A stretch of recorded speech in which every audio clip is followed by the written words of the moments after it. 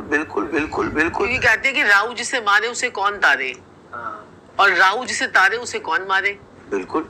यानी कि राहु अगर ऐसा है प्लैनेट है, अगर आपको मारने पर आ जाए तो ऐसा इंसान बच ही नहीं सकता, और अगर आपको तारने पर आ जाए तो ऐसा इंसान को करोड़पति बनाए बिना उसको छोड़ ही नहीं सकता। रातों रात उसकी लॉटरी निकाल देता है, रातों रात उसको करोड़पति बना देता है। इंसान को समझ में नहीं आता पैसा रखूंगा, मतलब इतना पैसा राहु जो है वो आपको दे देता है। और ये अचानक से जो पैसा आता है ना वो राहु देता है।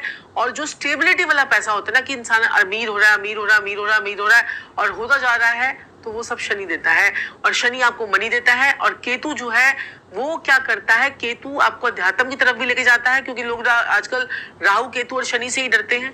और केतु जो है आपको अध्यात्म की तरफ भी लेके जाता है। और केतु क्या करता है, आपको स्पिरिचुअलिटी की तरफ भी लेके जाता है। और केतु आपको डिटैचमेंट की तरफ भी लेके जाता है। इसलिए हम कहते हैं ना, आपके फोन में नंबर 7 ज्यादा नहीं होने चाहिए। ज्यादा हो जाएंगे तो वो आपके रिलेशनशिप को भी डिस्टर्ब कर देगा। और केतु जिस भाव में बैठता है उस भाव की थर्स्ट को भी बढ़ा देता है आपकी कुंडली के हिसाब से। अगर आपकी कुंडली में केतु 11वें भाव में बैठ गया, 11वां भाव आपको सभी को पता है कि ये 11वां भाव होता है हमारा इनकम का, है ना। 11वां भाव हमारा जो है पैसों का है, यानी लाभ का 11वां भाव है, जो आपकी शनि की डायरेक्शन होती है। बैठ गया तो ऐसे इंसान सिर्फ सारा दिन ये करेगा money money money money money money, उसकी सोच ही उसकी थर्स्ट मनी की तरफ बढ़ा देगा। 7वें घर में बैठ गया केतु तो क्या करेगा, उसकी थर्स्ट रिलेशनशिप की तरफ बढ़ा देगा। 7वां घर हमारे रिलेशनशिप का है। ऐसा इंसान एक बंदे से सेटिस्फाइड नहीं हो पाएगा, उसको उधर भी चाहिए, उधर भी चाहिए, उधर भी चाहिए, उधर भी चाहिए, उसकी थर्स्ट को बढ़ा दिया। बिल्कुल बिल्कुल बिल्कुल। और 5वें घर में बैठकर आपके ऑपरेशन करवा देगा। तीसरे घर के में बैठकर ऐसा इंसान विदेशों में धक्के खिलवा देगा उसको। ठीक है, माना का मतलब ये है कि ऐसे इंसान जिसके तीसरे घर में केतु होता है तो ऐसे लोगों को विदेशों में जाके वो धक्के खाते हैं। ऐसे लोग मतलब वहां पर विदेश में तो पहुंच गए, कुछ नहीं कर रहे होते, वो धक्के खा रहे होते। तो ये जो है, और 9वें भाव में बैठ गया तो अध्यात्म की तरफ ले जाएगा। तो अब राहु को कंट्रोल कर लिया ना आपने, तो आपको बहुत सारी चीजें आपकी कंट्रोल हो जाएंगी। तो राहु कंट्रोल करने के लिए देखिए आपका हाथ है, ये है ना, हैंड है आपका। अब हैंड में हमारे यहाँ पर ट्रायंगल बन रहा होता है, कई लोगों के बन रहा होगा। ट्रांच में ये जो आपकी लाइफ लाइन और आपकी ये जो हार्ट लाइन राहु का स्थान है यहाँ पर, तो यहाँ पर आपने क्या करना है, रेड कलर के पेन से इसको इस ट्रायंगल को फिल कर लेना अपने हाथ में। कि आपको ना यूट्यूब पे मिलेगा, ना आपको कहीं इंस्टाग्राम पे मिलेगा। राहु को क्या मंगल, लाल रंग क्या है, मंगल लॉजिक है, ये लॉजिक है। अब ये ट्रायंगल जो साक्षी जी ने बताया, कितनी अच्छी बात बोली है, ये राहु का स्थान है।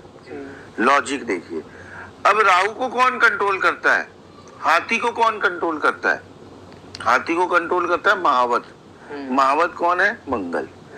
लाल किताब में हम राहु को कंट्रोल करने के लिए हमेशा मंगल की सहायता लेते हैं। जैसे हाथी लेते हैं हम चांदी का, उसे पानी में डुबोते हैं, एक ये होता है। चांदी से, चंद्रमा से राहु को कंट्रोल करते हैं हम, ठीक है।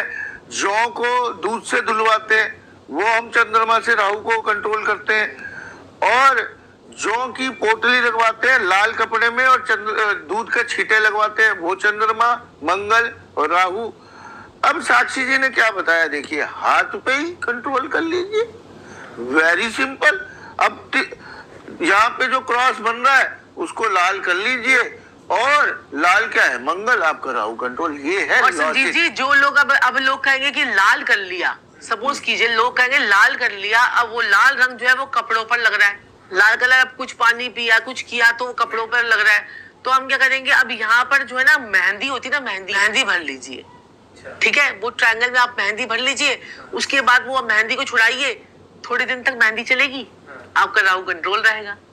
कितनी जबरदस्त राहु की ये रेमेडी है। वाह जी वाह। ठीक है, मेहंदी से लाल कर लीजिए, आपका राहु कंट्रोल रहेगा। क्योंकि आपके हाथ में भी सारे प्लैनेट्स हैं। आपका ये जो हिस्सा सबसे ज्यादा उठा हुआ है अगर आपका कुंडली में, तो ये आपका शुक्र है, और ये जो साथ वाला हिस्सा है ये आपका चंद्रमा है। अब अपनी कुंडली में देख लीजिए, चंद्रमा खराब है ना, तो आपका ये जो इधर वाला पार्ट है ये आपका दबा हुआ रहेगा, ये दबा हुआ रहेगा। संजीव जी आप दिखाओ। जैसे ये शुक्र है, ये देख रहे हैं मेरे पूरे हाथ में शुक्र दिख रहा है, बिल्कुल शुक्र आपका जितना स्ट्रॉन्ग होगा उतना ही बहुत अच्छा है आपका भी।